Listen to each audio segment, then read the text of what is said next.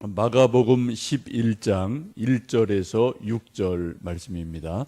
그들이 예루살렘에 가까이 와서 감람산 벳바게와 베다니에 이르렀을 때에 예수께서 제자 중 둘을 보내시며 이르시되 너희는 맞은편 마을로 가라. 그리로 들어가면 곧 아직 아무도 타보지 않은 나귀 새끼가 매여 있는 것을 보리니 풀어 끌고 오라.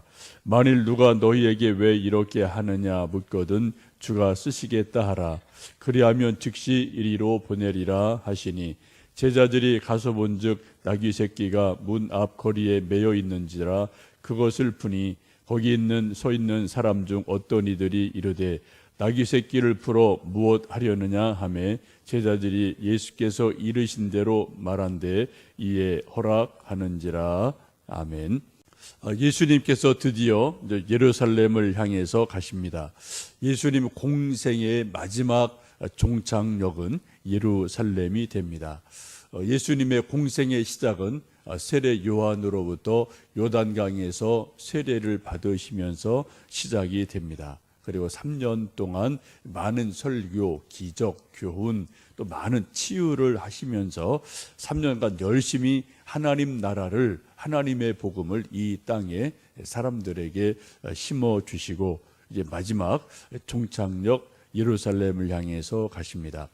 조금 더 구체적으로 말씀드리면은 예루살렘 가운데도 골고다 언덕, 십자가이지요. 그리고 그 십자가에서 예수님 가상 7원에서 말씀하신 것처럼 다 이루었다라는 말씀처럼 3년간의 공생애를 다 이루시고 또 이제 운명하시게 됩니다. 예루살렘에 입성하실 때 오늘 말씀을 보시면 내일도 쭉 연결됩니다만 예수님께서 공개적으로 입성을 하십니다. 그 전까지는 좀 조용히 이게 좀 왔다 갔다 하시지만 이번엔 아주 좀 다르게 공개적으로 입성을 하시죠. 예수님께서 예루살렘 가까이 곧 감람산 벳바게 베다니에 이르렀을 때 가던 걸음을 멈추시고 제자 중에 둘을 시내로 보내셔서 맞은편 마을 보면은 어떤 집이 있고 또 거기 가면은 나귀 새끼가 매여 있는데 그것을 끌고 오너라. 누가 사람이 물으면 주가 쓰시겠다 하라. 그러면은 줄 거다라고 말씀하셔서 이제 두 제자를 보내서 나귀를 끌고 오게 됩니다. 오늘 말씀 보시면 2절에 그렇게 말씀하죠. 2절 다시 한번 읽습니다. 이르시되 너희는 맞은편 마을로 가라. 그리로 들어가면 곧 아직 아무도 타보지 않은 나귀 새끼가 매여 있는 것을 보리니 풀어 끌고 오라라고 말씀을 합니다. 아직 아무도 타보지 않은, 아직 어리니까, 아직 그죠? 다 장성하지 않은 그러한 나귀 새끼니까 아직 아무도 타보지 않은 그러한 나귀 새끼가 있는데 그것을 예수님 가지고 오라라고 말씀을 하죠. 그것을 타고 이제 예수님 예루살렘 입성하시는 것 여러분 잘 아시게 됩니다. 예수님께서 하나님의 도성 예루살렘에 입성하시는데 천리마나 적토마를 타시지 않고요, 어린 나귀 새끼를 타고 입성을 하십니다. 이것은 예수님께서 평화의 왕으로 들어가시는 것을 말씀하죠. 예루살렘 그 자체도 평화의 도성 그런 뜻이 있지 않습니까? 그래서 평화의 왕으로 그곳에 들어가시게 됩니다. 여기 보시면은 아무도 타보지 않은 나귀 새끼라고 말씀을 하는데 상당히 중요한 의미가 있죠. 이것은 아직 아주 순결하고 깨끗하고 어리고 첫 것을 상징을 합니다. 하나님이 우리 인생들에게 받으시기를 기뻐하시는 것 중에 하나가 첫 열매를 하나님은 늘 기뻐하십니다. 구약 전통을 보시면 출애굽기, 느헤미야 등등 말씀을 보시면 추수할 때 첫 열매를 하나님께 드리는 그러한 일들이 있습니다. 출애굽기 34장 26절 보시면 너희는 너희 땅에서 난 첫 열매 가운데서 제일 좋은 것을 주 너희의 하나님 집으로 가져오너라 라고 말씀을 합니다. 첫 열매 중에도 제일 좋은 것, 우리식으로 말하면 이제 벼를 베면은 쌀을 찢고 벼를 이렇게 추수를 하고 나서 제일 좋은 것을 하나님께 드리라는 그러한 말씀이죠. 옛날 시골 교회는 실제로 추수감사 예배 드릴 때 이제 이른 벼 방아를 찌면 그 가운데 가장 좋은 열매를 예배당 앞에 강단 앞에 이렇게 좀 가만히 싸놓고 예배를 드리던 그런 풍경을 제가 어릴 때 많이 보았던 것을 지금도 기억을 합니다. 유대인들 전통은 가장 좋은 그런 열매를 가지고 오면은 제사진 것을 받아서 요제라고 하죠. 이렇게 흔들면서 앞뒤로 이렇게 흔들면서 하나님께 드리는 그러한 요제를 드리면서 하나님 이러한 첫 열매를 주신 것을 하나님께 감사드립니다라고 흔들흔들하면서 하나님께 감사 예물을 제물을 드리는 일들이 있죠. 요제라고 그러죠. 이제 번제, 뭐 거제, 또 뭐 여러 가지 이제 제사들이 있는데 이 추수인 경우에는 요제를 이제 가지고 하나님께 예배를 드리고 감사를 드립니다. 느헤미야 10장에 보시면 그들이 또 이제 바벨론에서 돌아와서 새롭게 나라를 세워갈 때 그렇게 말하죠. 해마다 우리 토지 소산의 만물과 각종 과목의 첫 열매를 여호와의 전에 드리기로 약속하였다라고 말씀합니다. 하나님의 은혜로 포로에서 돌아와 새 나라를 세울 때 느헤미야, 에스라 여러 지도자들이 하나님의 구약을 율법을 다시 상기하면서 토지소산의 첫 열매를 하나님께 드려야 된다라는 것을 이제 다시 회상을 하면서 실천하는 일들이 일어납니다. 첫 것을 드린다는 것은 사실상 그 의미가 모든 것을 다 드린다 그런 의미가 그 속에 내포되어 있습니다. 여러분 혹시 옛날 젊으셨을 때 어디 이제 학교 졸업하고 첫 직장 생활 하시고 한 달 첫 봉급을 타시면 요즘은 모르겠습니다만 옛날에는 그런 전통들이 있었죠. 부모님에게 빨간색 속옷 사드리는 것이 하나 전통같이 돼 있던 시대가 있었습니다. 첫 월급으로 부모님 빨간 네일을 사드리면은 첫 열매를 드리는 그런 의미가 있어서 부모님을 기쁘시게 하고 부모님의 은공에 사랑으로 보답하는 그러한 일들이 있었는데 요즘은 그런 일이 있는지 모르겠어요. 어쨌든 첫 것을 부모님에게 드려서 모든 것을 다 드립니다. 감사합니다. 그런 의미가 그 속 네일을 사드리는데 있기도 했었죠. 우리가 첫 시간 이 새벽을 드리는 것은 오늘 하루를 하나님께 시간을 드린다는 의미가 있습니다. 또 송구 영신 예배도 우리가 첫 해 1월 1일 첫 시간을 드리면서 하나님께 1년을 드린다는 의미가 있기도 하죠. 하나님께서 우리 인생에게 바라시는 것 중에 아주 중요한 것은 첫 것을 드린다. 첫 열매를 드린다. 이것을 하나님은 귀히 보시게 됩니다.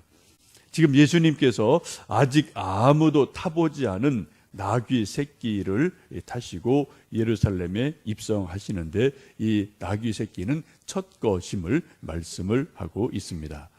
그 다음 말씀 보시면 이제 3절 보시면 만일 누가 그것을 왜 가져가느냐라고 물으면 주가 쓰시겠다 하라 그러면은 보내줄 것이다 라고 말씀합니다. 우리 모두는 누군가로부터 쓰임 받기 위해서 공부하고 또 컴퓨터를 배우고 또 운동을 하고 이런저런 일들이 많이 있죠. 우리 자녀들도 지금 영어를 공부하고 컴퓨터를 공부하고 또 이런저런 기술 배우는 것도 다 누군가로부터 쓰임 받기 위해서 이렇게 열심히 공부하고 일합니다. 만일 삼성이나 현대 이런 데서 당신을 쓰겠소라고 특별 채용을 한다면 아마 그 사람들은 상당히 기뻐하고 춤을 출 겁니다. 아마 청와대나 혹은 미국의 어떤 좋은 외국인 회사에서 당신을 특별히 쓰겠소라고 연락이 온다면은 가문의 영광이라고 또 기뻐하는 일들이 있지 않겠습니까?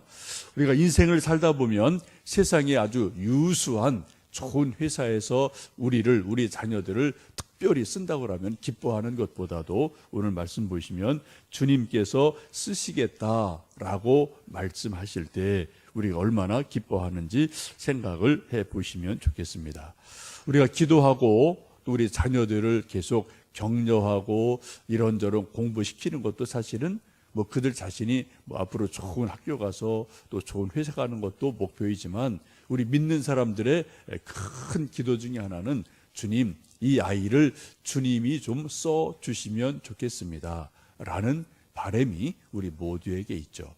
주님이 쓰신다는 것은 꼭 목사 된다는 것은 아닙니다.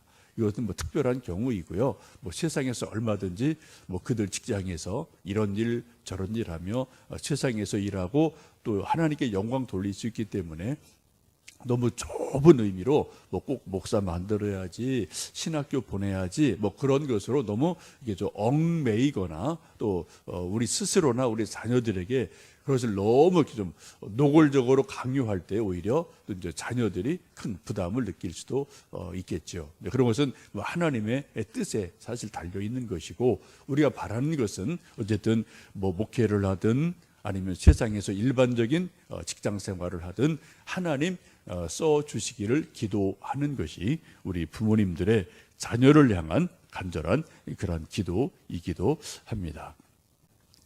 저도 가만히 생각해 보면 뭐 시골에서 자라서 특별하게 뭐 특출난 것이 없지만, 하나님이 이런저런 과정을 거쳐서 지금 여기까지 목회자로 써 주신 것을 가끔 생각해 보면은 정말 너무 감사할 뿐이고, 연약하고 부족함이 많은 종을 또 하나님의 종으로 써 주시는 것이 참 감사하고 좀 때로는 뭐 죄송스럽고 이제 그런 마음이 들 때가 있습니다.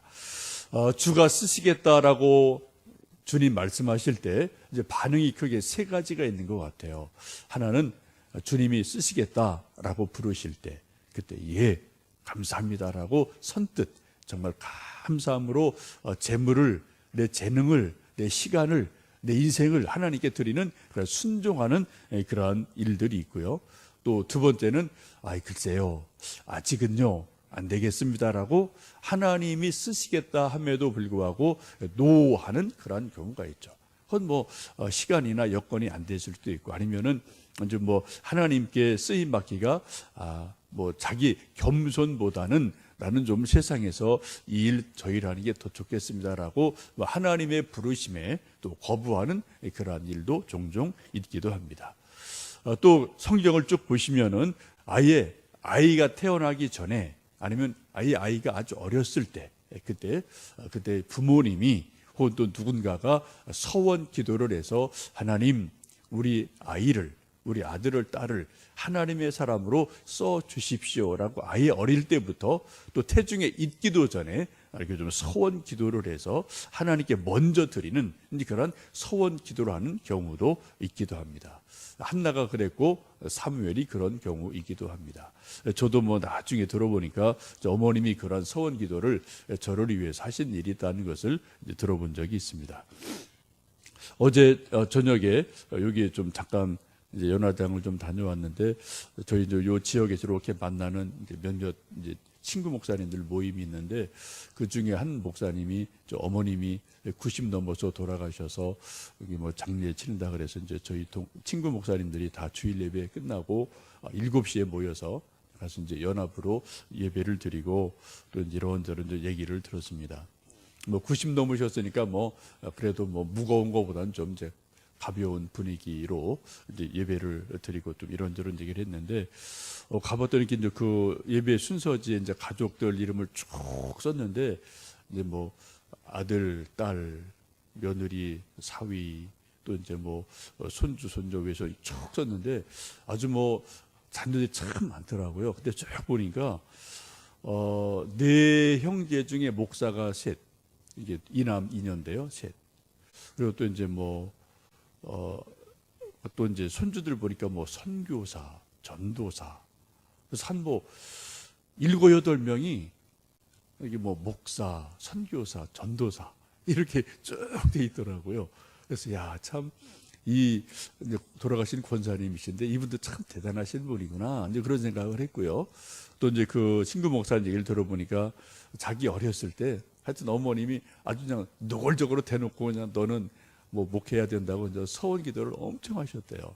그래서 이 친구가 젊어서는 엄청 막 싫어서, 그게 싫어서 막 너무너무 부담돼서 막 엄마한테 이제 대들기도 하고 왜 그런 기도 쓸데없이 왜 하느냐고 뭐 이런 일도 있었고 그랬는데 어쨌든 뭐 저 돌고 돌아서 이제 결국은 이제 목사가 되고 돌아보니까 이제 어머님의 그 사랑, 눈물의 기도가 너무너무 감사하다.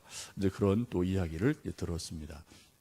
어쨌든 하나님께서 쓰시겠다 할 때 우리가 예라고 선뜻 순종하는 경우가 있고요. 어떤 때는 안 되겠는데요, 아니요 라고 거부할 때도 있고, 또 어떤 경우는 그냥 미리 앞서서 주님 저를, 우리 자녀를 써주십시오 라고 먼저 드리는 그런 경우도 있기도 합니다.